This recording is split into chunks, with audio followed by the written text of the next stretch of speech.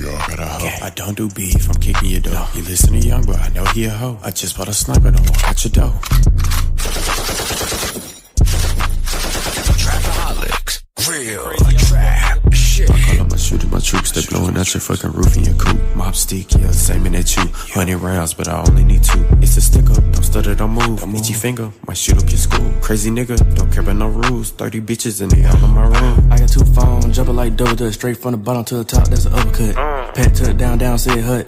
Big dog nigga, you nigga pups. I just pulled up in a Honda, blowing loud down your block like a drummer. I see these snakes through my vision, got tunnel. Ballin' on nigga like I play for the Thunder. Hop out the Rari, I hopped out the Porsche. Trapping so hard, I think trapping a sport. Bagging your bitch while you holding the door, then kicking her out when that nut hit the floor. Gang this bitch when we bumping that hoe. Ain't wifing that bitch, I ain't cuffing that hoe. We smoking big ass in a regular blow. You smoking on medium, I'm on dope. Drinking my cup, pink like flamingo, flow so cold, shit below 0. Can't save a hoe, you know, can't be no hero. In love with the cash, I want the dinero. Niggas be hating, they don't get the memo. Glock with a 30 clip look like a limo. Bust at a nigga, got him on his tiptoes. Tryna run up the money all year long. Yeah, it's your boy Eddie, man. Ball like I'm Eddie, the mixtape coming soon, man. Get off a nigga dick, man. Suck a nigga cock, man. Niggas don't wanna play no games. Fuck out of here, nigga. Get that money, count off. Dick real hard to be booming your hoe. Rockstar life. Yeah, baby. You here with the Velvet Vibes Pimcast. You know how we cooking. You just heard music. Song called Big Dogs from Lil Lanky. That's why you didn't want to tell us about it. Yeah, I had to say this guy's what? From who? Say that again. Lil Lanky. Okay. Hey, y'all can check over Lil Lanky out, Bruiser Lanky on Instagram. That's B as in boy, R-U, Z as in zebra, E-R, Lanky. He said no album on the way just yet. He's just dropping singles and dropping fire. What does that mean? Look in the air. Everybody hold your horses. We call it a bomb. I got some real questions about that. I'm starting to think it's part of his plan. have you heard of this guy? I'm sure we got minutes in the house. I'm sure you heard of Ugly God. Of course we have. Nope. Yeah. I have. There's a gentleman named Ugly God. And he's ugly. Yeah, and he's proud of it, and he makes songs that he has a mixtape called The Booty Tape. Yeah. Wow. But you know what? It's the wow factor, and it works. Yeah, because I literally clicked on Ugly God because it said Ugly God. And if I was scrolling through YouTube and I saw a Lil Lanky, I would check it out just because it said Lil Lanky. I'll stop and be like, what the fuck? Click. Yeah.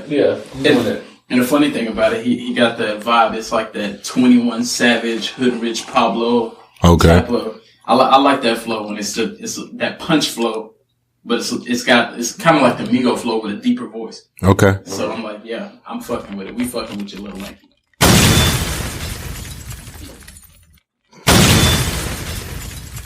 You already know, in the house with the Velvet Vibes Pimcast, got the whole crew, the posse in the house, minus Lynneopoly, but she's doing big things, so you already know the air. Just like that, cooking. Right around the board, gonna make it real quick. We got here, me, myself, the Velvet Juggernaut.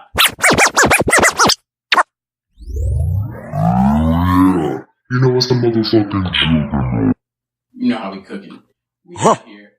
ScorpionKing in the house. What's good with him? Get over here! ScorpionKing. What's good? He in the building. You know we got the Sawildchild. Wild child. Someone tells me that was a just insert comment here type. And we dropping machine guns because we got here the New York Minute. Yo, Yonkers, we in the building. Stand up. And Montego Bay, Jamaica, y'all already know. Y'all done know. Hey, shout out to that whole region. Period. Automatically. Salute. We respecting it. We see y'all be tuning in. Shout out to everybody who's listening. The Valley Cookie Company, we know you guys are always messing with us. We raised the roof for you. Always. Shout out for anybody trying to do something. From the Bottom Podcast, Inside Scoop Podcast, Defmatic. You know how we cooking. Y'all got anybody need a quick one real quick? I think we... I got one. I told her I would. Shout out to C. Marie. We see you making moves. Hey. You my entertainment on social media. You be wildin'. But, yeah. Yeah, the real Miss San Antonio. Y'all, if y'all are going to approach her, come correct. Cause she got time and she petty. So, can't wait to have you on the show though. Hey, the seat is warm. So, you know, we actually had a couple of conversations. So we already cooking too. There we go. So the seat is warm. C. Marie, you know you're welcome. You can make it happen. You know what I was listening to today? Talk about it. This dude, Vo Music. This dude spit bars, bro. Oh, I'm like with 1,000% bars, man. Like this the homie? Yeah, no, they ain't even the homie. I was just rolling down Facebook. Across it. I was running around Facebook. Man got bars, bro. Like, and he might have to reach out to Vo. Yeah, I'm gonna have to. Yeah, he do that shit in his car, and he have like random people come through. He had some dude that imitated Ray Charles. Oh wow! In his car and rap while doing it, and then came back and then did like his regular rap voice, and all of it was just stupid dope. I think I shared it. On my page. You shared it. I shared it on my page. It's Vo VO. Yeah, VO. That's it. VO. Yeah. Vo Music. Check it out. Yeah. That's gonna remind me to do it when we checking this episode back. I'm gonna make sure to check it out myself. Okay. Scream out. Anybody need to be screamed at real quick? Give a shout out to my youngin' today, her birthday. Oh, she turned a big 5 today. Happy birthday to young Mrs. Scorpion, young little Scorpion, Layla. Happy birthday. Hey, get chocolate wasted. You feel me? There you go. All the ice creams and sugar pops or whatever you want. You know, and tell daddy you want to stay up late and watch cartoons and eat cookies and cakes and stuff. You know? Oh, okay. Yeah. Well, tell mama that it's Friday. We need to go ahead and turn up and get chocolate wasted. Oh my God.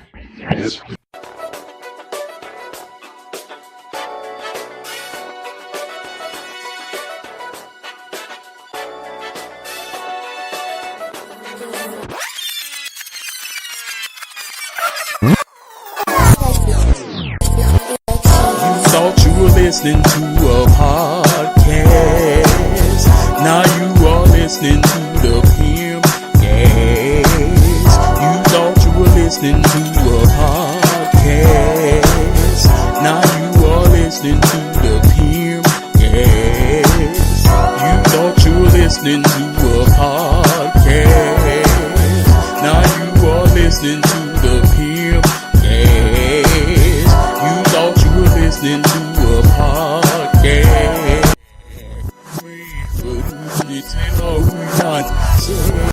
I want to know y'all's thoughts on this God thing. I'm gonna start with you, Wildchild, because what did you get out of this Fyre Festival? Why do you always do me like that? First of all, you have that look right now. I don't have a look.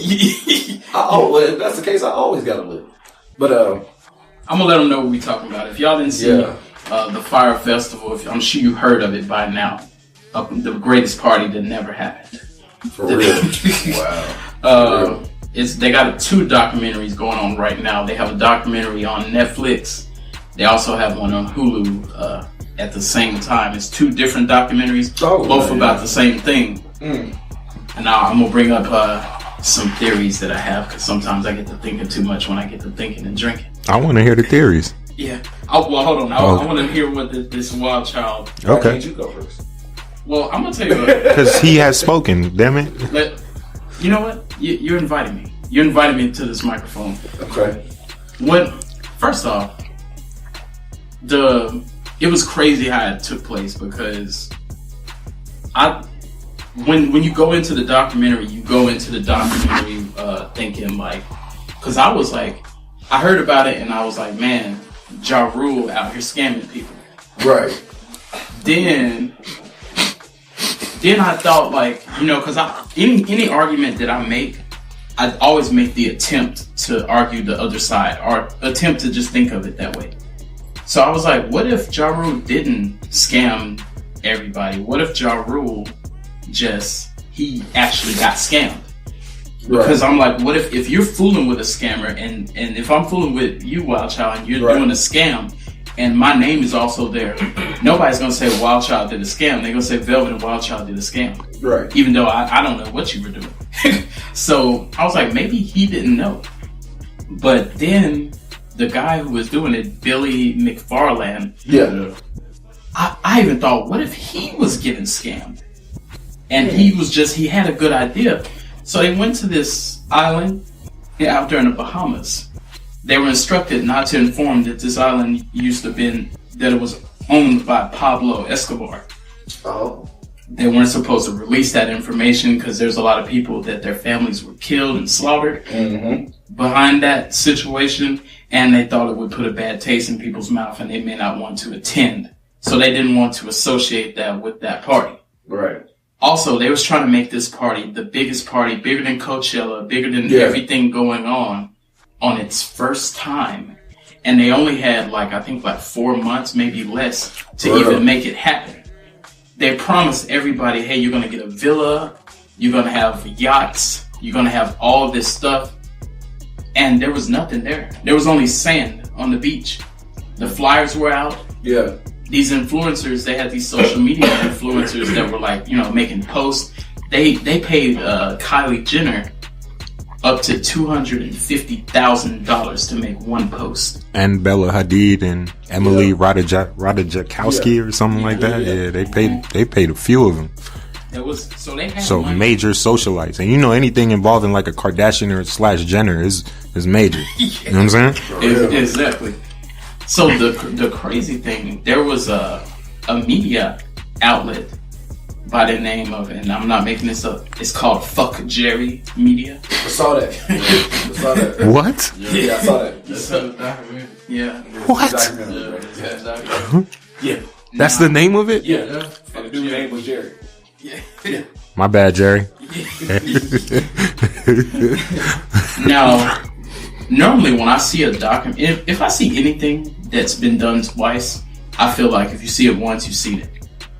So once I saw it, I felt like there was no need in me watching the one on Hulu. But I just had a funny feeling, and Lynneopoly brought it to my attention. Let's just watch that one too. So I said, hey, we're going to watch this one, even though I feel like we watched them back to back. Okay. I'm like, I just saw this.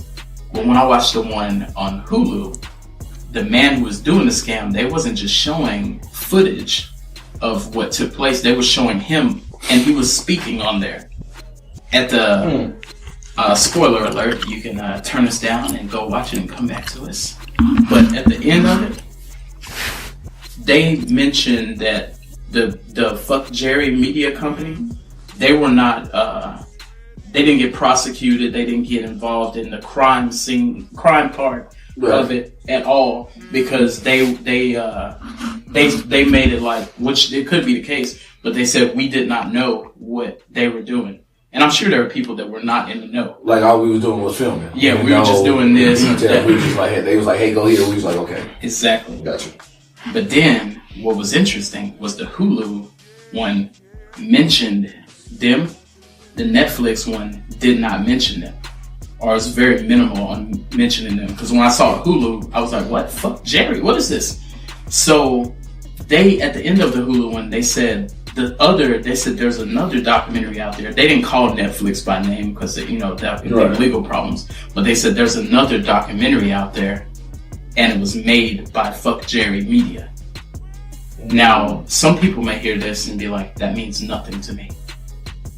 But I heard that, and what my ears heard is, so if they made the other documentary, it was probably made in their light to make them have minimal, I wasn't really involved, so they was talking about what Ja Rule did, what the guy did, the Billy McFarland that did it, but they didn't really talk about themselves. It was just they did that, which actually makes me, and I'm not the legal guy here, but it makes me automatically think you must have been more involved, because you didn't even say, well, we just did this. You just said, we ain't gonna even talk about us. Which, you know what I'm saying? So you saying Fuck Jerry Media had more involved? I feel like they were more involved, and I feel like the weirdest thing that I got from this documentary is later in the documentary, I felt like, damn, y'all start seeing, if we even plan a barbecue, if the day of or the day before, if you say I have 50 cents and I say I have 75 cents,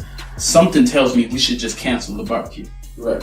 Something tells me they went all the way until it was the day of the people was jumping up. They had a monsoon the day before the event. Yeah. People jumped on the plane, flew to the Bahamas to another island because they couldn't stay on the same island that they were on originally, and they gave them teepees. They gave them FEMA tents.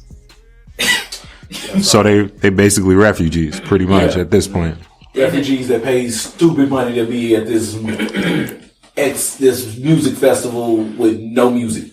People quit their jobs To make it to that festival? Yeah. There were some people said that they quit their job to go there. There were some people that said that, they may have lost their job while they were out there because they were out there longer than they were supposed to because they got stranded out there. Yeah, they got stranded out there. There was even a scene, and I hope everybody who watched it remembered this scene. There's a scene on the Netflix one where the man is so far behind on money that he calls this older gentleman. Yeah, I seen it. I heard this scene on the Breakfast Club too. He called this other gentleman, and they said that the company, I think it was Evian, or however you pronounce it, the water bottle company. Oh, Evian. Evian. That company was not going to release the water to them, and they was bringing crates and crates, truckloads of. I think they owed them like $150,000 worth of water. It could have been. They said that a lot of people were stranded. So when they came to bring the water, they said in order to get it released, the driver said, "I need my dick sucked." So he called his homeboy. He said, "Hey, I need you to take one for the team, and I need you to suck this man's dick." And he did it. He said he thought about it. He said he put mouthwash in his mouth. He said he went home and rinsed his mouth out with mouthwash. And he was finna back to go and do it, and the dude changed his mind and said he ain't gotta do all that. Yeah, he said he gonna just help him out and loan him the water. But he would have. Yeah, but he said he was preparing to do it because he said that he didn't want to embarrass his team. Now, I thought he was trying to be a team player. That's what I'm Hey, I wish y'all could see my face right now. Oh my God. Hey, forgive me, I haven't seen the documentary yet. I will watch it tonight. But I did do some research, and it said that William McFarlane, the CEO of Fyre Music, he made like almost $100 million just off scamming people. Yeah. Yet he was only ordered to pay $26 million back. Exactly. I mean, he got 6 years in federal prison, but he's gonna come out a wealthy man. You know what I'm saying? Then on top of that, when he got out, he did shit again. Oh, yeah. Are you serious? Yeah. Oh yeah. no. He got out on bond. Yeah. Then he turned around and did shit again. Yeah. Oh He no. sent emails to everybody. Oh yeah. So when he couldn't supply, basically what happened when he couldn't supply the Fyre Festival tickets, Right. he couldn't supply that. So once he got out of jail, he started emailing people, "Hey, do you want to go to Coachella?" And then people would buy the Coachella tickets, and it was not even time for Coachella. He was telling them, "Here's tickets for the Masters." And things like that. So he was saying he had all these exclusive tickets to exclusive events.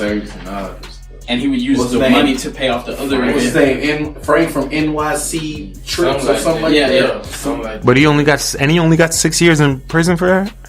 That's how they got his ass again. So that to me that's the underlying. Oh, okay. What Menace said is the underlying big issue here. Yeah. This man scammed people for hundreds of millions.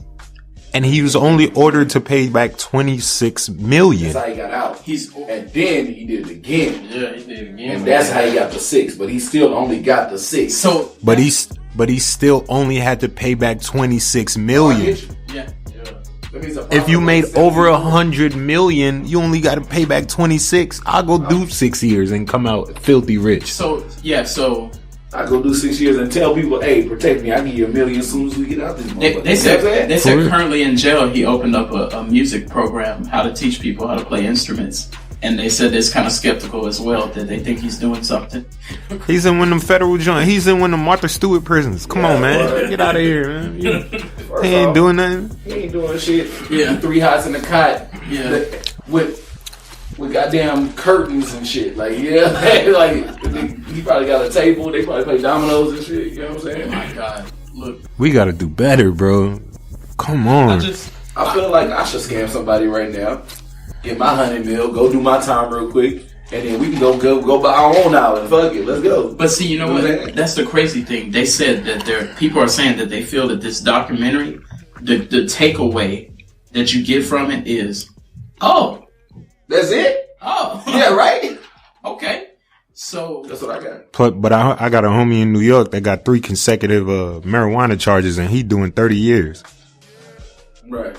Come on, man. Now that's what I'm talking about. 30 years. That's why I'm bringing this up. You know what I'm saying? Come on, bro. That's justice compared to what he did. My homie coming out broke. He coming out filthy rich. Dude coming, William McFarlane coming out filthy rich. Yeah. In 6 years. Come on, bro. My thing is like, if they we know the real issue here is a race thing, but if you think that you're gonna have somebody do this, come out, go do 6 years, we all sitting here, we thinking out in our correct mind just talking about it. We sitting here like, oh, scamming ain't so bad. Must not be. Yeah, and ain't at all. Your motherfuckers selling crack and stuff like that. They doing hard. So here's what I'm hearing. We all probably know people that done a murder and got out. I know people that have done been in there longer for drugs than a murder. That's a fact. That's a fact. Vic been in there for fighting dogs longer. Yeah. And them ain't even people, to be honest. Exactly. But then again, it depends on the region. It depends on what laws apply to that region, and you know it depends on race and ethnicity. Because perfect example, the Stanford swimmer, right? Raped the unconscious girl, Hispanic girl, and behind a dumpster and got caught doing it. Got caught in the act. You know what I'm saying? And he got 3 months because they didn't want to ruin his swimming career, and he doesn't have to register as a sex offender, right? Damn, that's a fact. See, right? That's stupid. It's kind of crazy that people do things like that, and then in the end, it's like the favor goes towards the person committing the crime. Like they say, well, we don't want to mess up his image, or well, we don't want. That's why. He didn't mean it. He didn't mean it, baby. I'm not out here preaching that I want everybody to just be. I'm just out here saying I like when people go to jail. I'm just saying I want people to have the same fucking energy, towards everybody. Absolutely, fair is fair. Absolutely, no right? Or the kids, the group of kids in Oklahoma that bullied that handicapped black kid, right, and raped him with a broomstick. Yeah, they got probation. That's it. They got 2 years probation, all of them, right? But my homie Handle in El Paso, he got bagged up with a pint of codeine, and he doing 7 years. 1 pint of codeine. You know what I'm saying? It was this time last year that there was this guy that he was disabled. I don't know what disability he had or whatever, but he lived by. It happened in Florida. He lived by, and it was one of those donkey of the days that Charlamagne had dropped sometime last year. But I remember that he lived by a fence, and at the end of his yard, where that fence was, on the other side of the fence was where the water began. Right. Somehow he got over the water, got over the fence, and he went into the water. The water was deep. He couldn't really mobilize himself to swim. He started drowning, and he had his hand up. And everybody was around. It was like some kids recording it, 3 or 4, and they recorded it, and they was sharing it on. He drowned. Instagram. He died. Yeah, he passed away. And nobody got charged. And the people, the bystanders, they said, well, they didn't technically do it. So. Yeah, but you didn't help. Wait, where is this? Because in New York, we got the Good Samaritan law. If you witnessing a crime and you able to take action, you have to, or you can be charged. Yes. So, where did this happen at? It was in Florida. That makes sense. I don't know how that works there, but apparently, they, because I remember they were supposed to go to court or something. It was like something happened, but in the end, they got off. There wasn't no time. Nobody rendered aid. We just gonna record him dying because it's funny. And that's the thing, dude. Right, and put it on social medias to get these views, right? So you can go viral. but you just gonna let that man lose his life. That's wild. Like, you gotta think, this man is disabled, so he probably didn't know any better than what he did anyway. And then you're there and you see this happen. And then the first thing that comes to your mind is, oh snap, let me get my phone. Right. I can't miss this moment. You know what's crazy though? Had it been like a pet, like a dog or something, the whole neighborhood would have been in there. Everybody would have been in there. You know what I'm saying? You don't see them videos online? Look, boy, they running and burning buildings to go get their pet. But a human life, nah, we just gonna record. We gonna record that. It's dope. It's dope to record human life and take it away. That's cool. That's crazy, man. We in a weird time, man. To see, like I said, still just to revert back to that conversation, to see this man scam people. There was this lady in the Bahamas that she was so about her team. She had a restaurant there. I seen that. She lost over 150,000, maybe about 200,000. She lost that much in her because she started paying her employees out of her personal money. Out of her savings. Damn. Her personal savings. Shout out to whoever you are, man. They don't make them like you. From what I remember on the documentary, she was in the Bahamas. She said she paid about like at least 50,000 out of her savings. Yeah. Just to pay her employees for the work that they did. So she started giving them her personal money to the people that was there. Yeah, damn, that's crazy, bro. Crazy. I gotta watch that. I'm gonna check both of them out. And I got. My question is though, out of all this stuff going on, what you ain't never seen now? You seen or ain't nobody said nothing about what Ja Rule was the whole time. Nothing. Wait, explain his role in it to me. So Ja Rule was like in the beginning, he was kind of like the hype man, and then he was like invested, and then then he was like, "Yo, we should do this, we should have this and that and whatever." Right. And then there was kind of like a part like that where he was in there, and then after that, it was like Ja Rule just kind of like vanished. Yeah, they just quit showing him. They just quit showing him. They just quit showing him. So he was kind of like a silent partner type out. So he's not liable for anything. He has no accountability. He's not doing any time because they're saying that he was more of the face. Yeah, he was just the face. He was just. But he was helping put it together. He was just a celebrity face. Yeah. And then towards the end, when they were having that little conference and everything. Yeah. And he was just on the phone cussing everybody out. Yeah. Hey, go get him too. Murder, big head, fucking fish looking at. Hey, Rico Law, man, go get that man. Exactly. Go. Talking about come up with another plan so we can do this stuff again and all this stuff. And then the funny thing about it, he went and did it again with somebody else. Yeah, he made a new. Nah, I'm not for scamming poor people, bro. Go get him. Yeah. Go get him. Not regular 9-to-5 people that, you know, give you their last to support you and you scam them. Nah, go get them.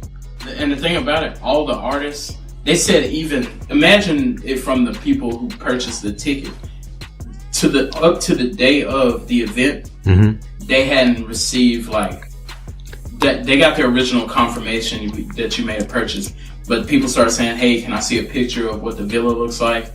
They start blocking the people. So you give me your hard-earned money, right? And then you ask me, "Hey, where's the item or the service or merchandise?" And then I block you. You're probably already red alert. Like, you block me. You don't. They put a filter that had on Twitter that anybody that put the word festival, Fyre festival, villa, with those words, they had an automatic block. So if you hit them up with that stuff, it'll just block you. Or they'll hit you up and say, "Hey, go email this other email," which no one responds to. So when you're spending big money, I don't care if you're spending $50, you're probably going to be like, "I need a response." Absolutely. I need a response. Absolutely. And then with this tripped me out when they was all on the bus and the bus driver take them over and the bus driver talking super shit. He was telling them what's going on. They didn't want to believe. Yeah. Then when they finally pulled up, man, they were all turn the bus around. This ain't it and all that type of stuff. I'm killing myself. You know what I'm thinking too? If I'm thinking from a smart mind, there was over 1,000 people on the island. And people don't have the villas, they all have tents, and some people don't have their luggage. I'm thinking there's other crimes that probably take place that they probably could hold you accountable for. Right. Like there may have been rapes or all kind. I heard that they said on there that people was putting hits on people out there. So it's probably hits out on people that came up. this shit. It's a lot more that was going on. That's why Billy left so quick. And Billy got his 6 years. And Billy, his baby secures. Like when I saw this documentary, man, it was just something so interesting to me. Yeah. So Billy secured like over 75 million in profits. Yeah. Like, after paying out the lawsuit. Yeah, after he paid. Billy McFarland was like the head of the snake. So it's like it's pretty much like this. It's like, yo, I'm gonna tell you about this great idea, invest in it. I'm gonna tell Scorp about this great idea, invest in it. I'm gonna tell Juggernaut about this great idea, invest in it. So now y'all all investing in me to prove about this great idea. And I got this money, and it's like things like this. That's where the money was coming pretty in. Much. He was telling big companies, invest in this. It's the biggest thing ever. So you got companies, just say, and this is for instance, I'm not saying they did, but just say if you got Nike, you got these people, you got all these sponsors and people, and everybody's paying out, and you don't have the product, you don't have the service. Right. He already collected. Because he said this is the biggest thing since sliced bread. So they're like, I want to be a part of this. Fucking Enron 2.0, ain't right. it? So then I get the face of the company, which is Ja Rule. Right. So now I'm like, yo, Billy smart too. He picked a black dude. Bingo. Bingo. Blame the black dude. Billy is a genius. Right? He's grimy, but he's a genius. Right. Yeah, he is. So let me get this face. I get him invested. So then now, not only have I got him invested, now I got him. So now I can reach out to really whoever the fuck I want to. You can tap into them, their market, resource that he has, the urban market. Yeah. And then when it's time to place blame, it's easy. Blame Ja Rule. Yeah. You see how so we can do whatever we want to. Now I'm getting supermodels, and then now I got this involved, and we doing boats and trips and showing all these people these great shots and moments and everything that we're doing. I can show you everything now. Yeah. And I only got 3 months left to plan this shit. That's and crazy. All y'all money in offshore accounts, y'all ain't never getting it back. Bingo. And he was screwing so many people that I feel like, and I know most of the people he probably ain't paid, period. But I feel like he probably got so in a bind that if I tell Menace I got a great service for you and he gives me the money, and then I tell Wildchild that I have a great service, I'm probably gonna use the money that Menace gave me to pay Wildchild, but now I owe Scorp. Now so it's like it's just an ongoing chain. It don't matter what you do, you owe somebody. So it's that simple. I'm like, and that's how simple. That's all I'm saying. Like it's crazy, and then it's because everybody believe in the idea. Everybody believe in the goal of the situation, which is crazy. That mess is wild. And so what about this? I don't know if you experienced this, but there's a lot of I don't know what got into Netflix this week, but they released a lot of gems. There's a lot of streaming gems, period. Did anybody experience trigger warning? Yeah. That's crazy. What is that? I was reading it up on. Killer Mike has a show. I'm gonna let Scorp tell us a little bit of what he saw. What did you see? I seen the second episode. The second episode is called Fuck School. Okay. Yeah. So basically, what he trying to do is he trying to tell. First off, he started to whoop that some first graders. Yeah. He told these little first graders, like one little black boy, he said he wanted to be a president. He told them, "You're not gonna be a president." He said, "Forget all y'all dreams that y'all want to be when y'all want to grow up. Y'all need to start learning how to make money." So he had this dude named, what was his name? I forgot the guy's name, but the carpenter guy? Yeah. Yeah. He said he used him as an example. While the dude did, he just looked at some tutorials on YouTube, how to build stuff and everything. He want these little kids to do the same damn thing. So then he went to the older generation. And like he would come up with some ideas, trying to get people to, make money and everything. So what he did, he did like a little movie, put a little movie together that involved sex with like fixing shit. Yeah. Like, one scene he had, I don't know if he was Mexican or what, and a black girl, she said her sink was stopped up, so he used a snake? Yeah. He used a snake to unstop it. Then they did a sex scene. Then it went on, Wait, what the fuck? I ain't finished. Hold on, I ain't finished. Then it went on to another scene where a girl, she supposed to be an electrician. She was fixing the outlet. So she fixed the outlet. Then she turned around and had sex with a girl. Nah, I'm cool. Then the last scene. It's supposed to be a comedy or something? What is it? Yeah, I'm cool on that. And then the last scene, and this would trip me out how the other dude, this one dude, he was just hysterical with this scene. With the last scene, two dudes trying to fix a so-called supposed to be fixing a doorknob, a loose doorknob. They were fixing each other's doorknob at the same time. And I tell him, I'm like, man, what the fuck you got me watching? Nah, I'll pass, bro. Crazy as shit. I'm gonna skip that one. I already got one on there talking about some, he supposed to be Jesus Christ or something. Oh, yeah, an episode like that. I ain't watched them. Nah, I'm gonna skip that one. I'm good on killing. I'm gonna explain this in further detail. Yeah, so I'm gonna show you why he did it. He went outside and he was talking to different people, mainly black people, but he started talking to different people, period. And he was like, would you like to learn a trade? Yeah. Most of the black people were saying like, yeah. No. And I was like, cool.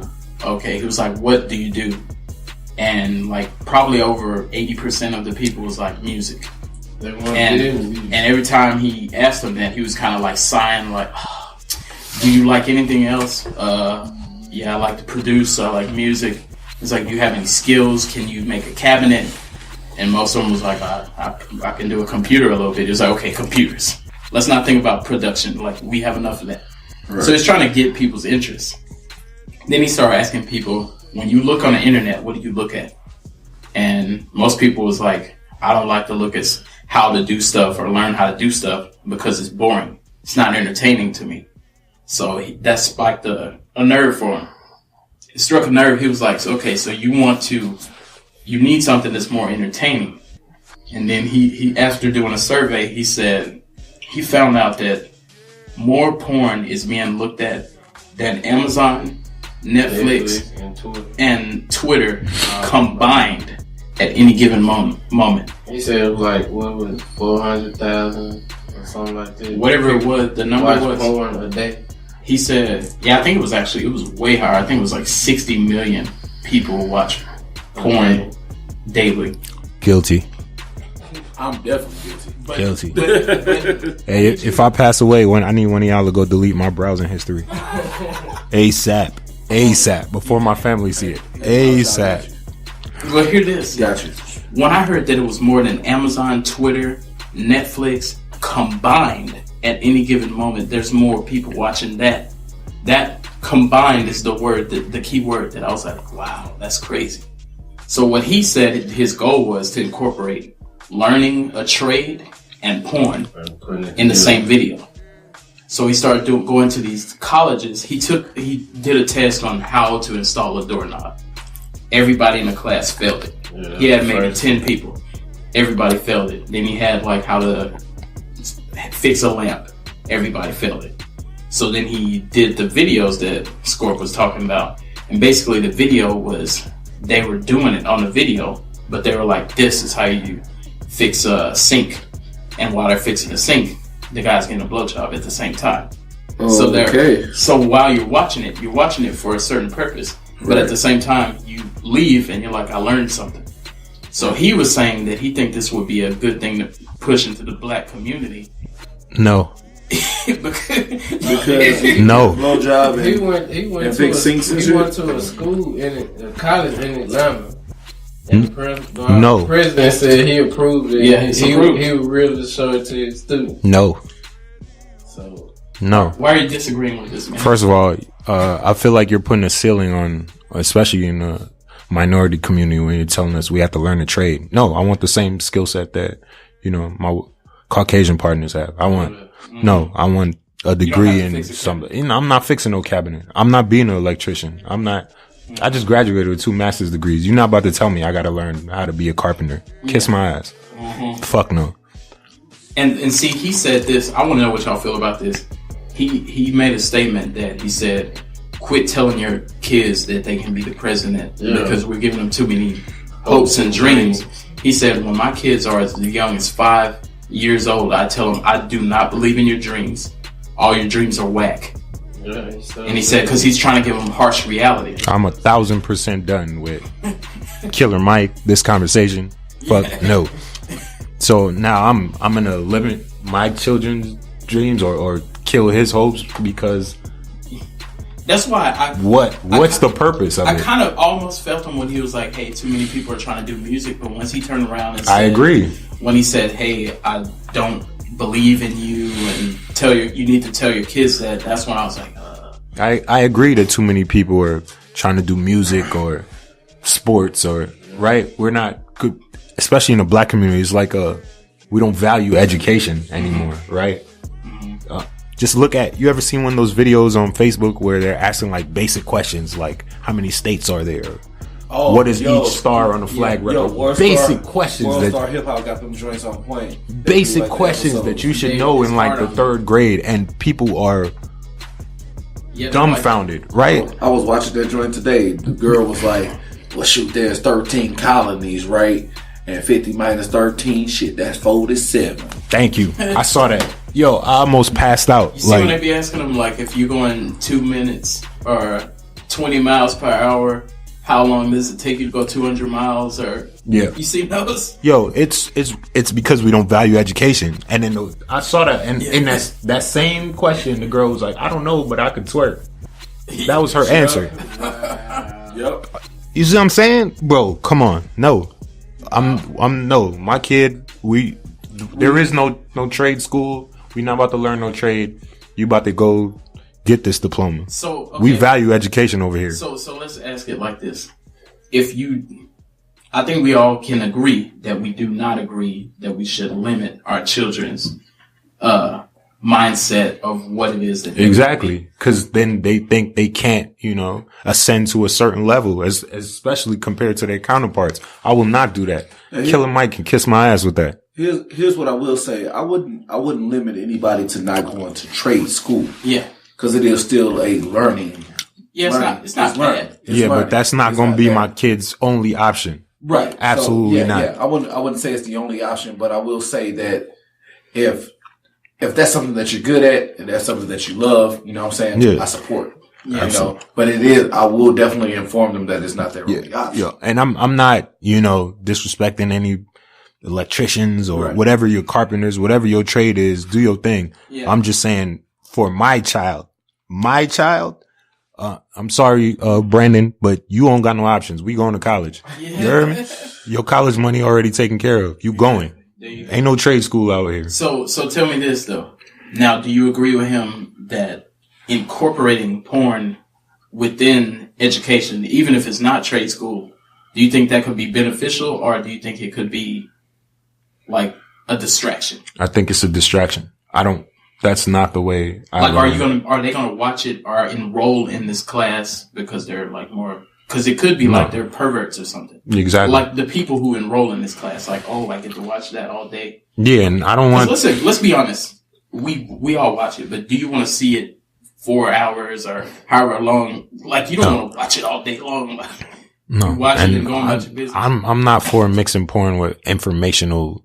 I'm not. Messages. Yeah, I'm not. No, and then teaching it in a classroom environment. Now, I get teaching sex education, and that's obviously important. But as far as it implementing in all, lesson plans, no. Are you fucking crazy? No, my kid ain't going to no school where that's no, absolutely not.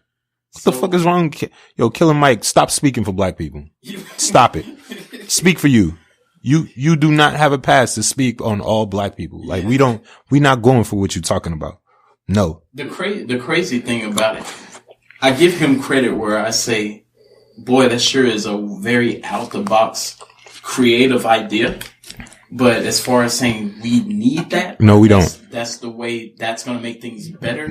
No, it's not. Yeah, I can't agree with that. And I'm not for limiting I'm just going to shit on my kids' dreams from the jump. I will tell you this. I don't know if I said this. he said once he showed them these videos that the test results were 75% better than they were originally. You basically gave him the same teeth. Congratulations. Nah, my kid ain't doing no trade. If you born and your last name Calvin, you going to college. We ain't doing no trade schools, homie. Sorry. And in the same video as Scorp informed us, there was a video with a man on woman. There was a video with a woman on woman. But once they got to the end, it was how to do a doorknob. So it's man on man. And it showed two men, and everybody had to still watch it. You can't say, "Oh, now I'm going to leave." So it was part of the test. And in order to pass the test, you had to watch this scene because they was also showing you how to do the doorknob. So his concern originally was maybe people will see the certain scenes and they may be like, "I'm not going to watch that." But actually, all the test results were higher. And people said once they got to that scene that they got more interested and they wanted to. I think one person got more interested. That lady said, what'd she say? I'll pass. The shock value. I'm good. 1,000% pass. She said the shock value is what made it interesting for her to. You want shock value? Buy some red sneakers or something. You know what I'm saying? Like, do something. No. Kill him, Mike. You don't speak for me, homie. You don't speak for me and mine's over here. Keep that wherever you at. A few people said that he was they was already kind of concerned about him anyway. Yeah, he's said some off the wall stuff already, talking about eliminating history and because it's not being taught right, and so we shouldn't even do it all together or something like that. I'm like, yo, sit down. Dr. Umar Johnson? I'm not sure about him yet. Yeah. I'm not. I've watched several interviews. I've listened to a couple speeches. I'm not sure yet. I agree with some things that we need to take the same ownership and pride in our race and ethnicity as white Americans do. But there's some things I feel like he's way out there. Like he got caught in some intriguing stuff too. Did he? Yeah. He preaches a lot about dating within your race. Mm-hmm. And I think it was sometime last year he was caught with I don't know if it was a white lady or it was somebody that wasn't black that and was a stripper. Wow. And so you know what, man? I'm confirming that because I know the media is an interesting thing. I'm not gonna judge him for that because many of our greatest leaders have had, to include Martin Luther King, have had fidelity issues. With Malcolm X too, or no? Yep. Had issues with fidelity. So I'm not gonna hold him. I'm just talking about the concepts, his beliefs. Yeah, you know what? I don't judge on that either. I think it's more interesting not because I'm judging you because you do it. I think it's like if you're so adamant about not doing something and then you do it, then I'm not judging you because you dated outside your race, right? Because I'm like, do what you want to do. But if you just keep telling everybody not to do it and then you do it, and then it's hypocritical, right? Yeah, absolutely. I'm like, this is the only reason I'm saying something is because you told all of us to not do it and then you did it. Right. I get it. I'm not sold on him yet. Yeah. Honestly, I'm not. I still am sold on. I don't know if you guys are. May he rest in peace, Dr. Sebi. Oh yeah. He was talking about staying away from vaccinations and I feel and then he died mysteriously. You know what I'm saying? Right. But he used to stay away from vaccination and all this medication. He's like, any ailments you have can be healed naturally through, and and then he even said, he was like, yeah, I'm gonna show you some things, and big pharmaceuticals is gonna, and then all of a sudden he died. I even believe there's a lot of stuff like that. Just like when Ebola broke out, in this era when it happened, they act like it was a new thing and stuff. And then there's cases where it happened like in the 80s, where it had happened before. There's just a lot of stuff that even I'm skeptical about. All these blood moons. This is the only time it's going to happen over the past 40 years, and it keeps happening every year. I know it's different ones. They're like, it's this kind, this time, right, this kind. But I get a little concerned about. Sometimes I wonder, have we even ever been to the moon? I think, period, in regards to all these I guess these man-made accusations is what I like to call them. Yeah. Because nobody really knows what's really real until they actually experience it themselves. Yeah. So you go off of saying, like you say, hey, we're going to the moon. Hey, we gonna cure this. Hey, this has been done. You know, all this good stuff. But it's all something that's saying, hey, I mean, prove it. Like, in the sense that all this news and stuff is out here that you talking about. Exactly. Hey, this is going on in the world. Killings is going on in the world.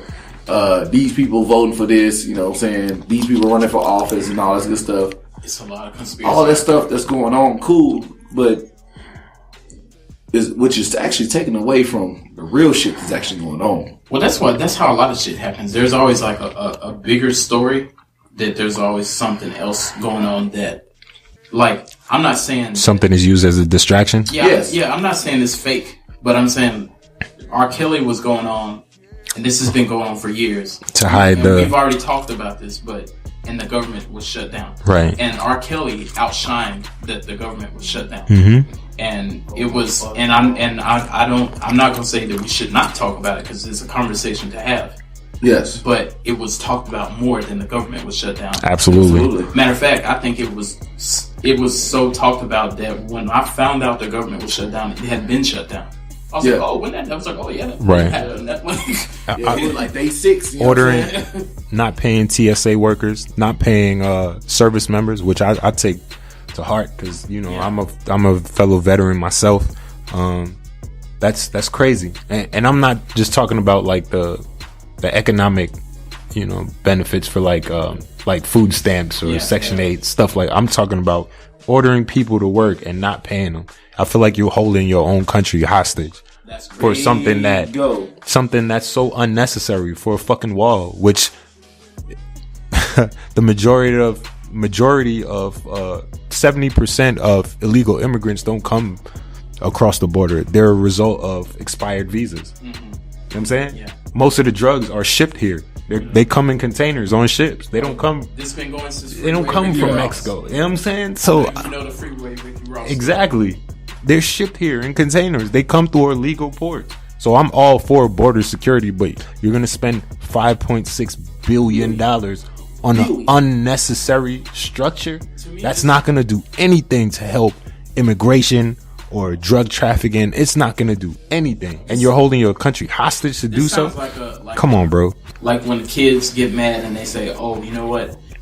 You beat me in basketball. I'm just gonna take my ball home and go home. I don't want to play with you no more." Yeah, like, that's what it sounds like. But to Wildchild's point, a lot of things happen, and then there be so many other stuff going on. We be saying, trying to see what the Kardashians are doing, or what's going on, what Drake did, and who's doing rape and not. And Chris Brown got a thing going on. Like it's just a lot of. He didn't do it though. It's a lot of stuff. Yeah, he definitely didn't do it. I agree. Nah, they already said that he was falsely accused. He didn't do it.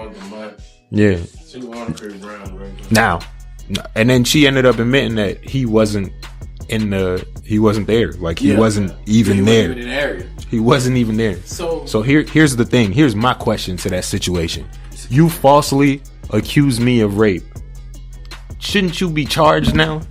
And he going for defamation? Yeah, but that's a civil suit. Yeah. But you need to go to jail. You was about to send me to jail. Yeah. I feel like you should go to jail too. So you should go to jail for falsely accusing me. Do you think before this information got out, do you feel that people had the same energy for Chris Brown that they have for R. Kelly? And I know it's two different situations. I think people are, because this is my question. I it's hard for me to wrap my mind around that even Michael Jackson did that. What they accused him of. Yeah, but the kids finally came out and said. They said no. That never happened. Their parents put them up to it for financial benefit. So after this R. Kelly doc came out, because not saying that the people were lying, but I am saying at the end of the day, it is money. And there are people that have written books and they're pushing stuff. Not saying don't push your stuff, because you probably were doing it anyway, but it does look funny. Just like people are saying, hey, Chris Brown got his master's and then he got a rape charge. Now with Michael Jackson, Prince got his masters in and he died. Right? Yeah. It's a lot of interesting stuff that comes with it. Michael Jackson, they're working on his documentary. I just wonder, because I don't think he did it either, but I do wonder that if it looked bad or if it looked like he did it, would people have the same energy for Michael Jackson that they had for R. Kelly with the quality of music that he has? If it came to mute Michael Jackson, could they do it? Could they? I don't think it's possible because it's already been admitted that he didn't do it, right? And this is by that's why I'm speaking. The victims, the so-called victims, already admitted type of way. Now, if they hadn't came out, that'll be interesting. That'll be interesting to see. They're going after Macaulay Culkin too. Because he was there. Yeah, when that was going on too. It's too much, man. Because my thing is this: like R. Kelly, that's already a real strong catalog.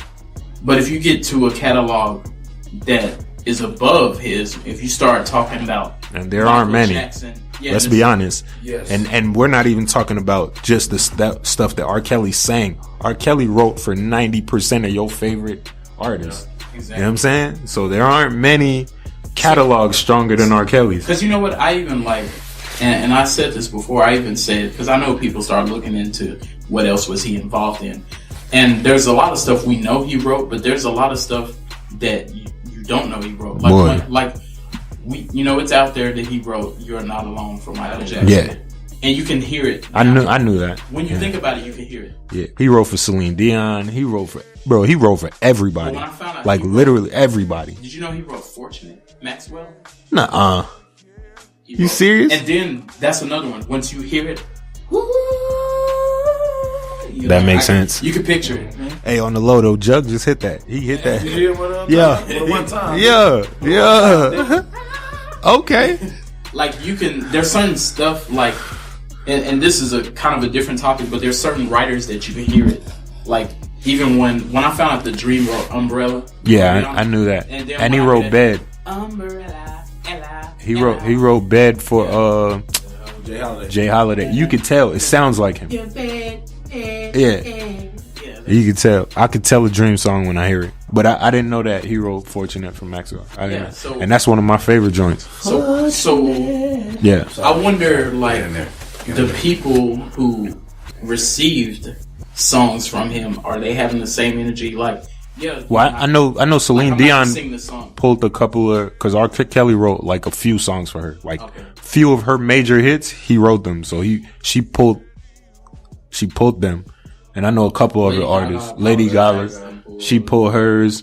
Yeah. A few artists pulled theirs. What B2K said? They said that, because he wrote "Bump Bump Bump." Yeah. They said that after they do their tour, then they're gonna stop singing his songs, but they want to do their tour first. Yeah, but that's okay. For that great song. But here's the thing. Here's the thing.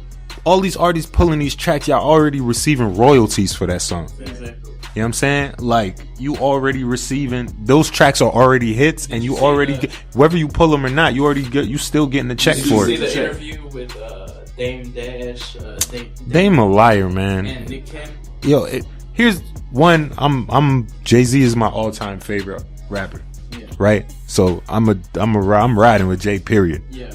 But bro, Rockefeller broke up over it's been over a decade. At what point do you stop talking about another man? You know what I'm saying? But you know what? Where I give him credit though is normally. And Dame's lying. Normally he gets mad when people ask about Jay because he'd be like, "I want to talk about what I'm doing," but since this stuff is because he want to throw Jay under the bus. Another thing I think too, and then the video just emerged with Dame hugging and feeling on Foxy on stage. Did y'all not see that? I didn't see that one. Wow. He's talking about I never had nothing to do. And then Memphis Bleak came out and was like, "Yo, Dame, you lying. You was the number one dude that coordinated the R. Kelly joint." No, Memphis Bleak did like an interview, a podcast. Wow. He was like, "You was the dude that coordinated the R. Kelly Jay-Z situation, and you and Foxy was super tight." And then Foxy said her and Dame was tight. Like, Dame's lying. I'm not feeling Dame at all. I'm not feeling Dame at all. This is my thing too. I think some people are speaking out because they're telling their story, but I think some people are speaking out because they're like, "I'm speaking out but I'm speaking out to separate myself from whatever R. Kelly was doing. Because, you know, everybody is abandoning ship now, right? Just because it looks bad on him, right, you're going to look at anybody associated with him. Right. So just like that one guy, he said that he forged the papers for him and Aaliyah to get married. Right. Now he put a live stream on Instagram or YouTube or something saying that, well, I didn't forge the papers. Well, he had to write it anyway. R. Kelly can't read. Yeah, exactly. But he said, I didn't forge the papers. I just took them to a place where they can do it, which still involves you. Right. You're involved. You're still involved. If I take you to rob the bank and say, well, I didn't go. I'm an accomplice. Yeah. I'm getting the same time y'all getting. Yeah. I'm an accomplice. I'm just, you know, I was a nooper. Like, you know, you involved. So I said an interview with Charlie Wilson. He said he disappointed R. Kelly. You know, R. Kelly has been with he wrote that. Yeah. He said he was disappointed. Now all of a sudden everybody disappointed. Yeah, okay. This documentary came out with R. Kelly. Everybody he did music with. I'm gonna tell you something. Y'all wasn't disappointed when he was pissing on that girl in the video like 15 years ago? Right. So now you say y'all wasn't disappointed when he married Aaliyah like 20 years ago? Y'all wasn't disappointed? I heard this on the Breakfast Club where him and some of his friends pulled up on Dave Chappelle. Oh yeah, Dave Chappelle. Yeah, Dave talked about it. Yeah. Talking about how you gonna make a song about pissing on people. And Dave was like, nigga, how you gonna make a song about pissing on people? You know what I'm saying? Exactly. But like the thing is, like, everybody's trying to. I feel the same way with what Menace is saying too. Like, when it all boils down, this, like, yeah, it still went on, but the shit ain't new. No, it ain't it's a surprise. Like, hey, it just happened. Now that we're in the outrage era, y'all had video evidence. There's a whole sex tape, and he peed on her in her face. We're in the outrage era, so people are saying I'm outraged. I'm offended. So at the end of the day, you are offended too. When now one thing I gotta give Dane credit for is when Nick Cannon kept deflecting the question to him of, did you sign Foxy and how old was Foxy and stuff? But they didn't. Foxy was signed to Def Jam. Exactly. But when he kept trying to point that over there, Dame deflected to him and said, you worked with R. Kelly. And Nick didn't have a response. Every time he tried to respond, he was like, well, you know, I looked and I didn't see no girls around that looked young, so. But Nick was young at the time. Nick was like 18, 19? He was like, but you knew what he was doing. So it's just kind of funny that people worked with him and they're saying, well, because at the end of the day, you just have to say, look, I knew he had hits. I heard about what he was doing. And I knew he was going to write me. They were more worried about the music than what was going on in person. They would just say, that ain't my business. People closed the blind eye. And now that it don't look good, they said, well, you know, somebody else reached out to him, or I wasn't really there. Yeah, we not feeling that. The manager told me, and I called him, but he sent the song on the email. I wasn't there. Like, we not feeling that. And to be honest, man, I do believe R. Kelly is a predator. I believe, but we had video evidence of that. Yeah. Right? Literally, we had all the proof in the world. Right? Exactly. But I don't believe all of the women from that documentary. Like, one of the women said, her mom was like, yeah, we never met R. Kelly and blah blah blah. Yeah. The next day there was pictures of her and her daughter and the husband and R. Kelly eating food. Like, I don't believe that. I don't believe you. So because I think nowadays it's like the cool thing to do is to turn rape and sexual assault into a hustle.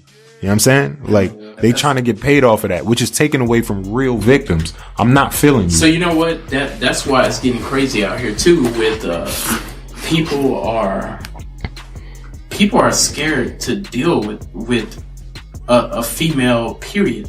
I don't know if you heard about. Boy, I need 2 forms of ID. ASAP Rocky. I need you to say yes. You consent to let me fuck on video. Like, I need. ASAP Rocky was approached by, and they were adults, 2 adult females supposedly, because I ain't seen the video. I heard the audio. There's 2 females that approach him. They ask for an autograph, and they're like, "Oh my God, it's ASAP Rocky." And then they put their cheek out, and they're like, "Hey, can you give me a kiss on the cheek?" And he's like, "I can't give you a kiss on the cheek Because I don't know, it's a lot of Me Too stuff going on. Because Drake got caught up. Charlamagne gave him Donkey of the Day for this. But what I was thinking to myself is like, I know it sounds, people are like, man, that's not rape or nothing. You can kiss her on the cheek. But he's just like, I don't want to do nothing. Drake hugged and kissed a girl on stage like years ago, and turns out she was 17. They just pulled it. Yeah. You ain't see it on video? Yeah. He's performing, and she ran up on stage. He hugged her, he kissed her, and then they security escorted her out, and they was like, yeah, he's a molester. They just pulled it. Like that's the crazy thing. So I don't blame ASAP. Nah, go get your birth certificate, and I want to talk to your parents. That's the crazy thing. Yeah. Now you just like, if the moment you open your big mouth, that's when people go dig your history up. That's what I'm not saying that he's some kind of creep, but when this happened with Chris Brown and T.I. popped up and made that post, like, hey, they're just coming at him. They're not saying they're gonna find something, but they're probably currently digging. Like, absolutely. Like, as soon as you open your mouth, then they'd be like, oh, you can't talk. Look what you did. Like, Charlamagne was on the documentary talking about what a creep R. Kelly is, and he has a sexual past. Yes, with a minor.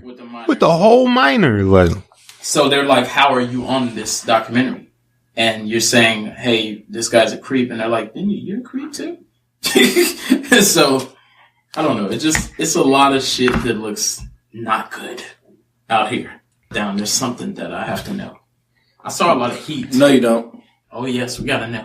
All right. They want to know why you don't. I saw people saying they don't tell their bae when they're leaving the house where they're going. Now, the meme said, do you tell bae where you're going and what time or whatever? Scorp, your answer was hell no. Yep, hell no. I'm stick to it. Why is this? I ain't gotta check in every time I leave the house. I ain't check in every time I leave the house and I stay with my mom and dad. So why should I check in every time I leave the house with my woman? Oh my God. Are you agreeing with this, Wildchild? Oh yeah, I ain't checking in every... What? No, I'm not. Every time. I disagree with this. So you check, that's why I brought it up. No, we're gonna let you go last. Yeah. No, he need to go first. No, he need to go first. No, he needs to go first. He need to go we first. all disagree. What do you stand? I reserve judgment. I'm gonna hold mine till the end. Okay. But yeah, I need to hear you. Yeah, Judge, because you so Scorp and the Wildchild, we don't agree with you. Every time you leave the house, you gotta check into your woman. Not at all. Here's the thing too. Please do. And like a wise man said, your relationship, your rules. Yes.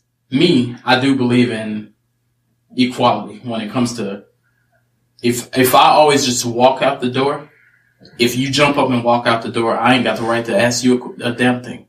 Because I'm always just walking out the door. I just jump up and walk out the door. So if you just jump up and walk out the door, my right to ask, hey, where you going, is relinquished.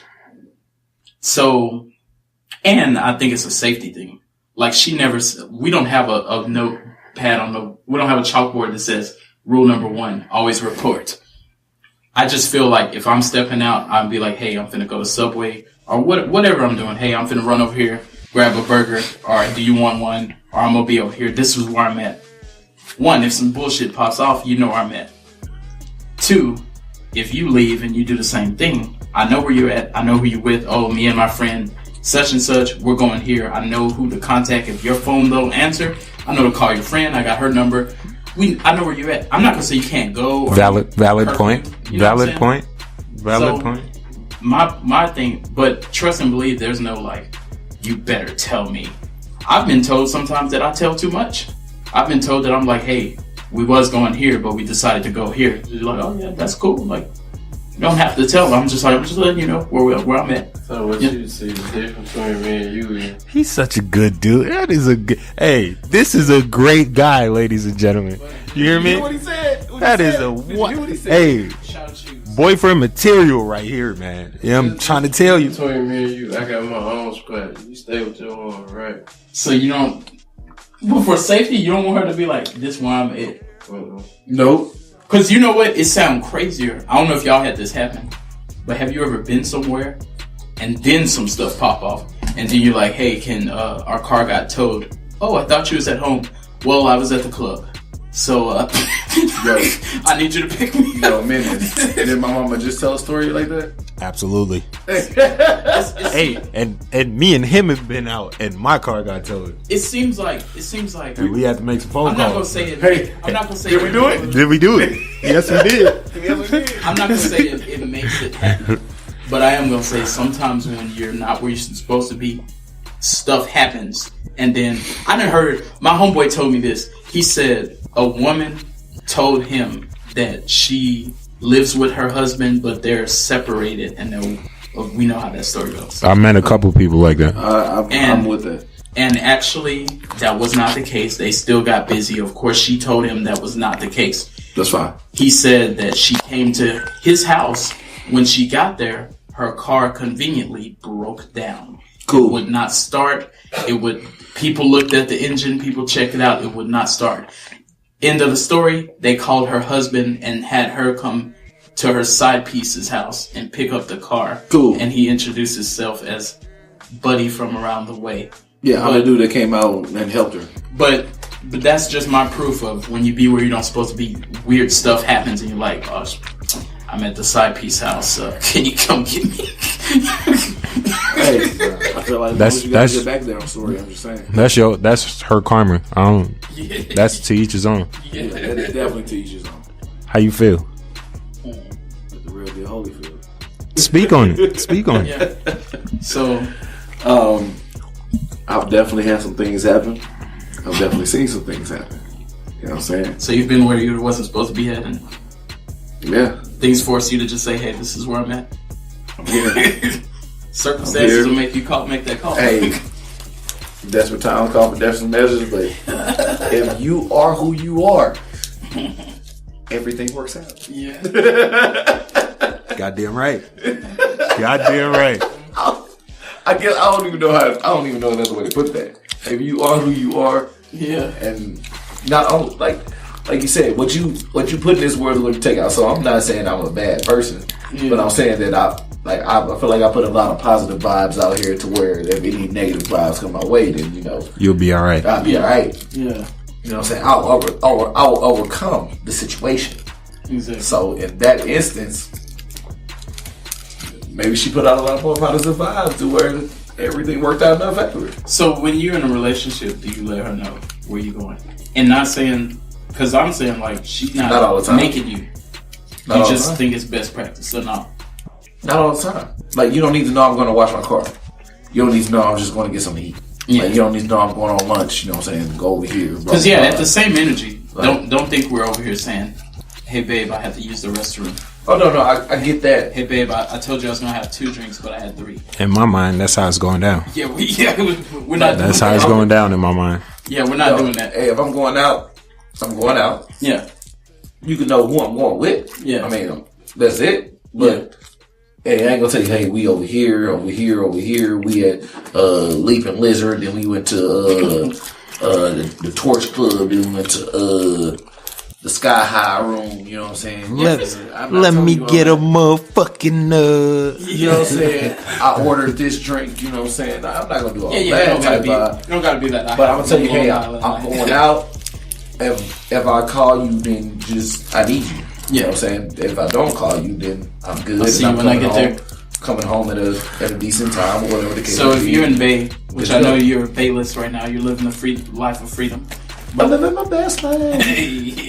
Ain't going back and forth with you bitches. I'm living my best life. Hey. So if you and Bay are sitting there watching a movie, or Bay of the moment, and she just stands up, unplugs her phone from the charger, and walks out the door, are you gonna say, hey, what's going on here? Or are you just continue to watch the movie? You did just say Bay for the moment, right?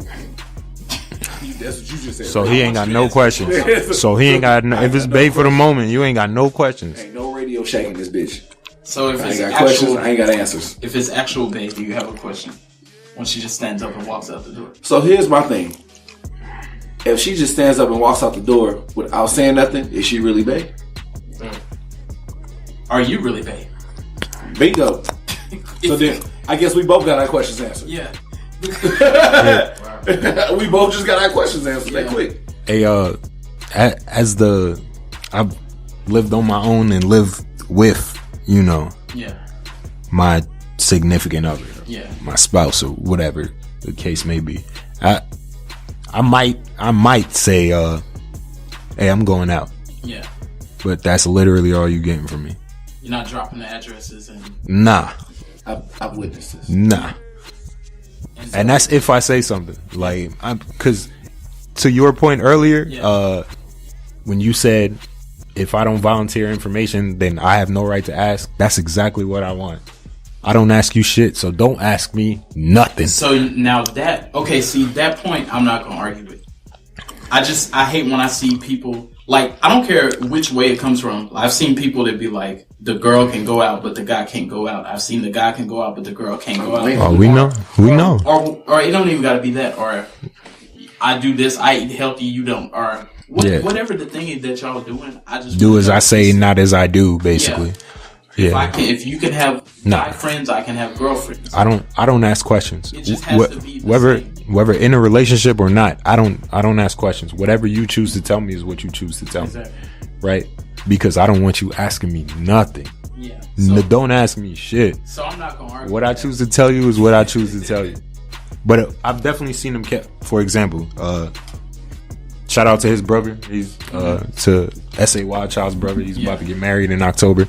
But he got to ask permission to go out the house. Yeah. You know what I'm saying? And if she says no, then he can't go. You shut it down. You know what I'm saying? For real.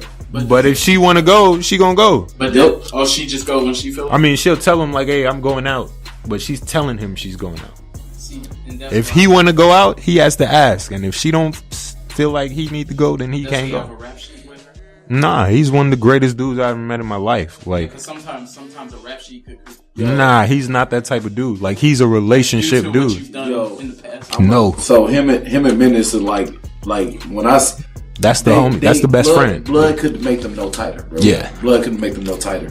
And we respect, in regards to me and Menace, we respect any and everything my brother does because he is that guy. Yeah. You know what I'm saying? He's the ultimate relationship dude. Like, he's the best dude. But you know what? I always, even when I was out there, I never encouraged my homeboys to be trash. No, but we don't do that. We're not gonna put him in a position to jeopardize what he got because we love his fiance. We love her. She's like the greatest. Like she's the greatest thing that's ever happened to him. And he's aware. But he's also the best thing that ever happened to him. Like he's not the type of dude. He's not like me or not like Wildchild at all. You know what I'm saying? He has a different approach. Yes. Yeah. But if she says no, he can't go. Yeah. And I mean anywhere. Anywhere. You know what I'm saying? She has them moments where she be like, you can't go nowhere and they can't come over here. Yeah. And we be like, okay. So we just can't see him. Yeah. But you know what? And see, I have that same energy. I've had homeboys that be like, you know, I hit them up and they be like, yeah, my girl mad right now or something. I don't even clown them or nothing. I just be like, because I don't know what goes on in your home. You know what I'm saying? I just be like, cool, I'll holler at you next time. Hey, I don't care if I invite you 30 times, 30 weeks in a row. If you say no, what she said 30 weeks in a row, I'm not going to clown you. Because if it turn around, if you invite me and I'll be like, yeah, we're having Cupcake Tuesday. Yeah, you can't go. I'm like, hey, we're having Cupcake Tuesday. Don't tell me, remember the time I laughed at you, because I didn't. Yeah. I'm going to say, I didn't laugh at you now. Right. I'm having Cupcake Tuesday today. I need you whatever works for you. What works for you. We not. I just know. I'm not. That's his relationship. And it works for him. And they're great together. The worst thing a man can be is your homeboy's girl don't like you.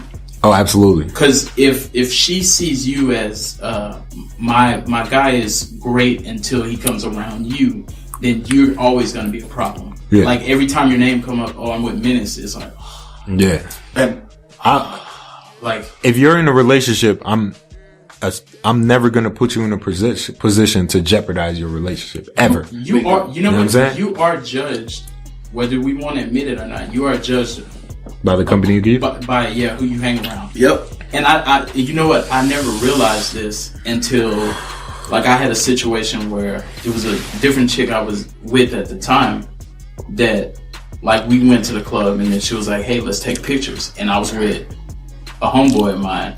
And then I was like, hey, he can't take pictures. And she was like, why? And I was like, well, that's not his actual girl. That's his the other girl, so he can't take pictures. So now she looking at you funny. So she was like, Right. So because we was kicking it all that night. So now at the end of the club, you know, when they hand out roses and saying who wants to take a picture, I was like, yeah, they gotta refrain from pictures. So boom, you know, she looked at that situation a kind of way. Right. Another time we went out. I blame you for that. Yep. Well, that's a You shouldn't even volunteer that information. That is your fault. It is. Protect your homeboy. It's. He just But you know what? Go there. But you know what? I was unaware. When I said it, I really didn't think it was a big deal. I didn't think it was no big deal at all. And then another time I was kicking it with a different homeboy, but his thing wasn't that. His thing was just like he talked to his girl crazy. Right. So it was like a double date, and he looked at his girlfriend and he was like, "Hey, bitch, go over there and give me some more napkins." And you know, she was like, "Oh, goodness!" And they kind of was like laughing and chuckling, so it kind of seemed like was a plan. And then he was like, "I'm not playing with you, bitch. Go over there and get me some salsa." So then she got up and got the salsa. And then he was like, "What's wrong with you, bitch? I need more cups. We need more ice." Or like he just kept making her do stuff, and he kept talking to her crazy. It wasn't no like hitting or nothing, because I wasn't gonna sit there with that. But I ain't gonna lie, he was talking to her like very crazy. Okay. So she was like, "This your homeboy?" I'm like, "Yeah, but I never kick it with him and his girl. I just worked with him." So that's my first time kicking it with. I was like, "I guess that's how they are." So eventually she was like, "What you do?" Lesson learned. Because all your friends are, you got the cheating friend, and then you got this friend that just tells this girl, "Hey, bitch." She should have never known that that's the cheating friend. Yeah. That, now the homie talking to shorty reckless, you can't control that. That's just a lesson learned now. Yeah. Now you know, hey, if I'm with a shorty, I can't bring a shorty around you because you be talking crazy. You know what I mean? And I don't want to have to. And it was crazy because I don't want to put myself in a position to where now I got to get at you because you and jeopardize our friendship because. You know what I'm saying? Doing that, So what you do with your personal life is on you.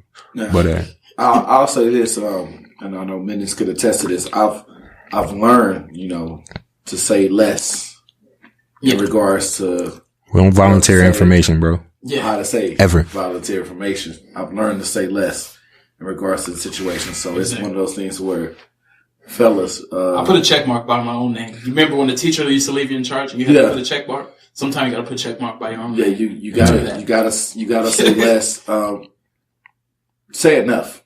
Say enough, but definitely don't volunteer information. I was like, "Oh, this guy." It wasn't no bestie or nothing. It was just the other guy from work. But I was like, "Oh, still." Yeah, I've definitely got a few lessons from Menace, my bro. Yeah, definitely got those big bro lessons. I got those shits. And this was my first time noticing. I'm like, "Oh, this affects me." I was just like, that's what they be doing over there. But then it was like, so, you know, a lot of questions came my way by the people I was hanging around. And secondly, why you double dating? What's going on there? Well, it wasn't even, to be honest, it wasn't, cause I'm kind of anti double date. It was more of a went to the bar, after the bar, went and grabbed something to eat type of thing. Oh, okay. But you know, those times when you're told there's going to be 50 people and then you show up and there's like, "Oh, I don't know where everyone's at. I guess it's just us." So it was one of those days. Oh, okay. And it turned out it was just him, her, me, her. And I was like, "Well, I guess we're here. Let's play pool, have some beers." But then that's when he, you know, once we got to eat, it was cool until we got to eat. And that's when he started being like, "Look here, bitch." I was like, "Oh, is this a... No, we don't do that. Is this a pimp movie or something?" We don't do that. We don't do that. But listen up. We're not here trying to tell you, what to do with you and yours. Whatever works for you is what works for you. I'm just saying this is what I personally believe. I don't ask a lot of questions because I don't want to be asked a lot of questions. Not that I'm out here moving foul. I'm just, don't interrogate me. Energy, I don't give a shit. Yeah, don't interrogate me. I'm not going to interrogate you. If you're acting differently towards her, then it happens opposite or both either way. That's when I'm a little concerned. Yeah. I've learned that. You know, if you say I don't go out and she don't go out, nobody goes out. Cool. Yeah. If you say nobody goes out after this time or nobody has guy friends and girlfriends, it looks like it's a whole rule. I don't care. I don't even care then. Like, but if you start saying I can, but you can't, then that's when I'm starting looking side eye a little bit. I don't, because I go through my spells where I don't go anywhere for months. Wildchild could tell you, it'd be months. I don't go nowhere. Trust me. And she can go do whatever the hell she wants. Better yet, go. Get out my face. You know what I'm saying? Call your friends. Go do something. Get out my face. You know I used to be so terrible with gaming. I remember my homeboy called me and he was like, guess who I'm with right now? I was like, who? And he was like, you said the right word. And then he put him on the phone. He was like, Mike Jones. Yeah. I was like, you with Mike Jones? And he was like, yeah, we're chilling. He was like, me and Mike Jones can come pick you up. I was like, I'm cool. I just bought a video game. Yeah. And he had me on speakerphone. Mike Jones heard it. And I was like, wow, that's crazy. Because he's probably thinking, wow, am I that bad? Yeah. And I was a fan, but I just was like, I'm busy right now. Like, I never had that, oh my God, I'm just going to pass out. I'm sure you've been around celebrities. Yeah. Like, who have you been? Yeah. Shout out to my homie Handle. I know he behind the G wall right now, but my homie, I'm telling you, I was talking about the codeine or whatever. Yeah. He tied in with Boosie and oh wow. Okay. Yeah, so he, because of him, I got to be in the area and see what's going on. That's cool. Yeah, so but yeah, I'm a standoffish dude anyway. Yeah. You know what I'm saying? So we're going and minding my own business. I prefer it. I enjoy being alone. Yeah. I don't like to be interrogated. Don't ask me nothing. I'm not gonna ask you nothing. It just works for me. You know what I'm saying? And I talk a lot. You know what I'm saying? And I say a whole bunch of shit. And I communicate. Yeah. Like, and I'm not saying like I communicate in relationships. I ain't gonna lie to you. I'm not saying that. I'm saying that I just. It's a skill you don't possess. No, I'm not saying the skills I possess. I'm the horrible. Skill you don't utilize. I'm working on. It's a skill I'm working on. Horrible, boy. I am a horrible communicator. Horrible. But besides all that, like where you going and stuff, dude, like, are y'all good at communication? Like, I feel like I'm going through a lot of stuff right now. We don't share. I'm stressed out. Nope. I don't share feelings. Nope. I think this is something I don't share feelings. that the whole black community need to discuss, because to be honest, people don't realize how we raised up like that. Like when you're a kid, you like quit all that crying. I just feel like, well, it's, growing up, spending my earlier years in Jamaica, my dad, preached me. Yeah. Men are supposed to suffer in silence. You know what I'm saying? Not saying that's the right way. Yeah. I'm just saying that's how I was that's brought why up. We so anti, mental health and stuff like that. Like, figure it out on your own. Therapist, and we have that attitude. Yeah, whatever the problem is, solve it and shut up. We think if you see the therapist, you must be. Yeah, you weak. Right. So I don't. Not saying that that's correct, but that's just how I am, and still to this day. So I'm not a big sharer. I don't share feelings. I don't. Yeah. You know what? I've noticed this before, man. I make myself so busy that sometimes I don't even know things bother me. Like I had a time like where like I didn't spend, me and my baby mama, we would have like, we'll always be into it. And I wasn't seeing my son like I want to. And I would just like, I didn't really want to talk about it. So I'd just be like, people would be like, how's your son? I'm like, don't worry about it. Like, not your business. Like, I'd just be like, why are you asking that question? And then I would just move on, and I'm like, I got stuff to do. I got to clean up. I need to do this. I need to go wash the car.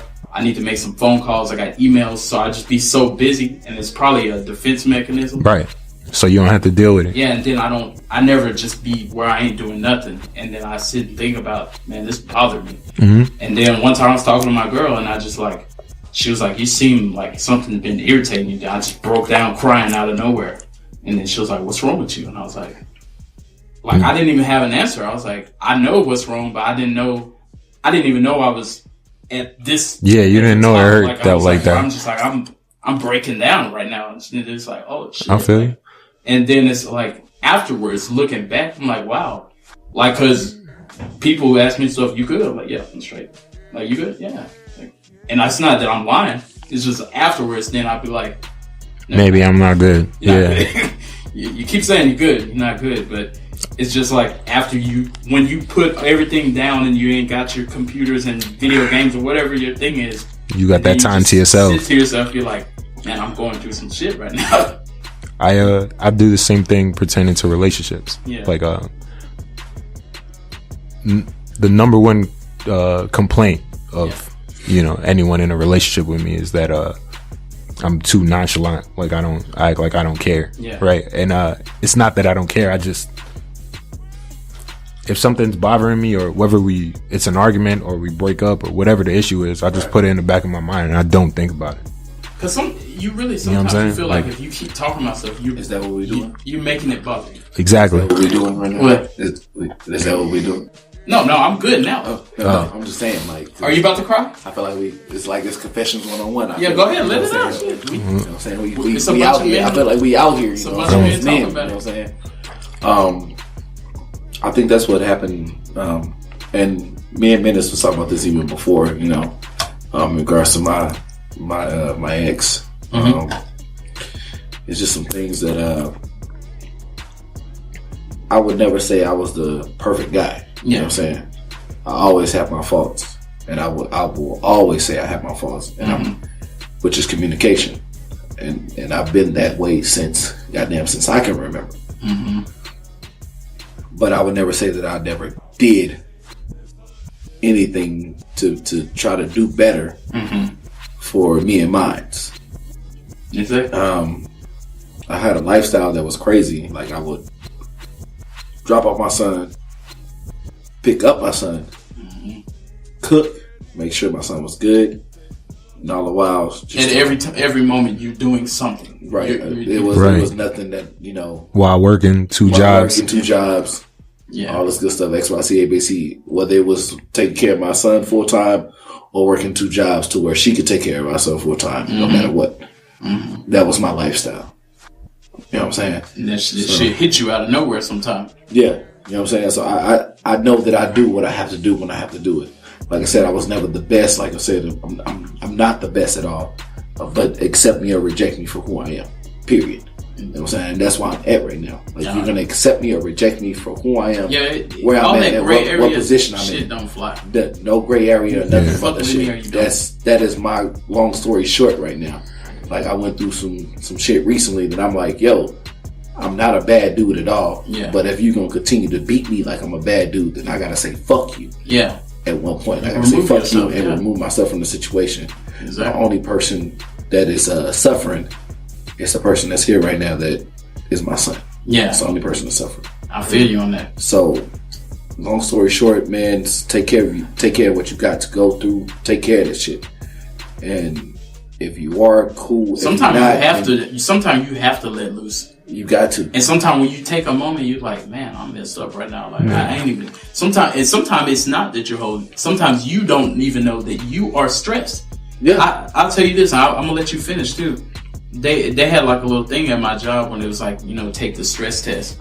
And to be honest, I had no complaints with how my life was going. Things are good, bills are paid. I took the test, the results came back, you're highly stressed. Very high. And I was like, huh? What? I had a dentist appointment. When I got to the dentist appointment, it was like, your blood pressure is really up. You must be stressed about something. My blood pressure is at stroke level. Boy. I get prescribed medicine for that shit. So even hearing that, it's crazy that just to know that, like if you ask me what's wrong, I'm not lying when I tell you I'm straight. But to see these results, I'm like, something ain't right. You know what I'm saying? Carrying a lot. We got broad shoulders. Yeah, that's how that goes. You just be rocking with it and you just be like, oh yeah, you know, I guess stuff. Then you start catching I'll be having a snappy attitude sometimes. Like, what do you want? Like, I'm quick to cut somebody out or say some shit. Then I'm like, well, that's probably. I just stopped talking to you. I probably came off. I don't even reply. I just stop. Oh yeah. I just you get the tripping? No reply. Yeah. Done deal. It's over with. I'm on that level. Oh boy, it's over with. It's over. Oh yeah, bet. And I'm done. Like I quit immediately. You know, I told my players this year. You know what? I'll take a light shout out to the Texas A&M University, Amen. San Antonio basketball team, the Jaguars. Thank you for 2 master's degrees. Hey, yeah, you know, I got to give them that shout out because I told them silent but deadly in 2019. I was like, we ain't gonna even be talking about nothing. We ain't gonna even talk about nothing. We just gonna be about that action. We gonna execute on the floor, and we gonna motivate each other. If we're not playing for each other, then what are we doing? You know, man, so I feel you on that's that. where we at. That's where we at. And so that's applicable in sports, relationships, everything. Yeah, everything. You know that's what I'm saying. So I want, like, when the head coach asked me, he was like, yo, we not just coaching. Yeah. And then when I realized that right now, it's like, yeah, you right. We not just coaching. So I tell them a lot should be about a way of life, man. Yeah, and it actually is a way of life. So when I put the silent but deadly implementation of this year, I also put the details of everything that you do in regards to basketball in 2019. So, and then I also put effective and efficient in 2019. Like these are things that that you don't apply to everyday life. Yeah. These are things that you actually will have to do on a normal day-to-day basis. Yeah. So be disciplined and detailed in what you do. Yeah. And not only would you do that, in your mental mind, you become more effective and efficient in what you do. Yeah. So that's my goals for these young men. It's so many things, man, that make you know. Like when I knew I was messed up, man, I remember when me and you were colleagues. When we were working together, I remember getting a phone call. First off, I had a conference meeting and I was the host of the meeting.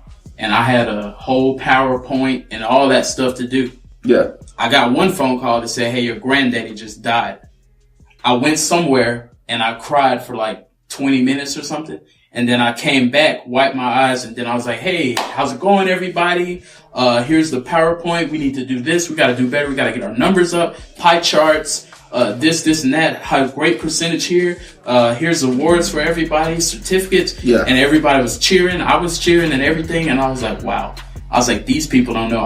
I literally just came out of the bathroom crying my soul out. Right. And then I walked in here and I said, good morning, everybody. How's everyone doing? Let's have a great meeting. Good morning. It's great. It's a happy Monday. And then I was like, dang, that's that's crazy shit. But it's the way, it's what we do though, right? We pen up that frustration, aggression, everything. We carry that. We carry all that burden and we don't share shit. Yeah. And you just move on. And then afterwards, sometimes you're like, how did I even...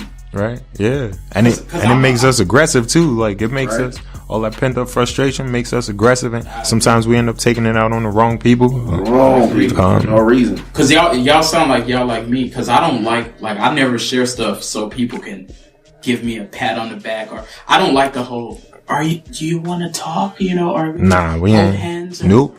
Like to me that annoys me more, because I do feel that some people do stuff for the attention. Right. Like I've seen people pass, and then people who barely knew them is crying more than them. Right. Hysterically. Like, yeah. Oh my God. I'm like, did you know them? Well, I saw them one time at Walmart. Yeah, like, you so wild. You don't even know them. Why are you the main one? Right.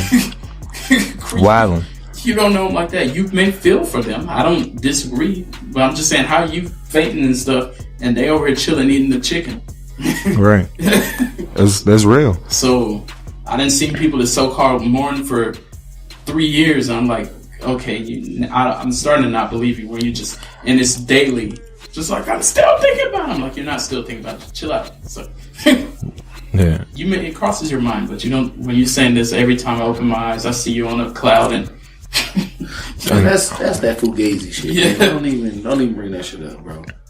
Yo, what we trying to say is deal with your issues. You know what I'm saying? And if you need to speak to somebody, speak to somebody. Don't let it affect, don't let all those pent up issues, frustrations, regrets, anger, stresses affect your current relationships. All right. And all relationships. And not just a dating. Exactly. Yeah. And also set a precedence, which I've been telling Sawildchild. Yes. A lot of what he's going through, what he just spoke on, is I've been telling him from the jump, set a precedence. Like, hey, this is what I will or will not accept from the very beginning, right? Exactly. Therefore, when they do step out of bounds, they know, like, all right, this is where you get cut off at. But if you don't, and you let somebody keep violating, yeah, of course, then they feel like there's no boundaries. Like our issues are similar. There's no limit to what they can say or do to you, and they feel like you got to take it. And then the second you decide to defend yourself, right, they're surprised and taken aback, and now they want to retreat. And I'm gonna tell you one thing I've seen, like how you said set a precedence. Like if your relationship is taken on just how they say the first impression make that the best one. Like, if you let so much stuff ride, I've seen dudes that just be like, oh, you cheated on me, that's cool. Oh, you did that, that's cool. And stuff. And I know some people talk things out or whatever. I ain't even saying don't do that. What I'm saying is there's some people that just like everything that happens, they're like, oh yeah, that's fine. Girl talks to them crazy, that's fine. And then once they say, that's it, I'm not having this shit no more, eventually the woman is laughing. Yeah. Because she don't take you serious. No. So when you say, I'm going crazy, I'm about to go off, they're like, sure. Stop playing. Yeah. What are you gonna do? I've been cussing you, I've been disrespecting you for 2 or 3 years now. So we know that's what we do in this house. Absolutely. So if that's how it is, then it can't be changed. You can't say now I'm a man up 3 years later. Right. Either you was from the jump or you just ain't. Right.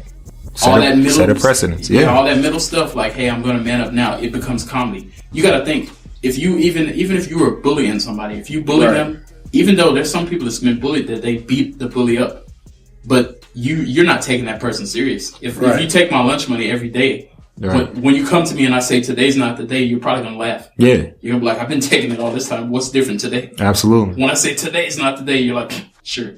Boundaries are important, man. Set boundaries, man. And in all relationships, establish boundaries. It's important, right? And if something's on your mind, man, speak about it. That's something I'm currently working on. I am far from from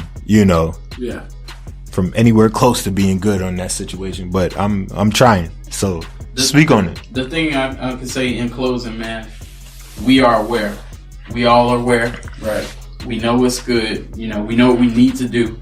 We know that speaking is therapeutic. Even, and people do it differently. Right. Not saying you have to cry. Not saying you got to write a poem. Not saying you got to, hit the Mary J. Blige, I'm not going to cry. Absolutely. And set the car on fire.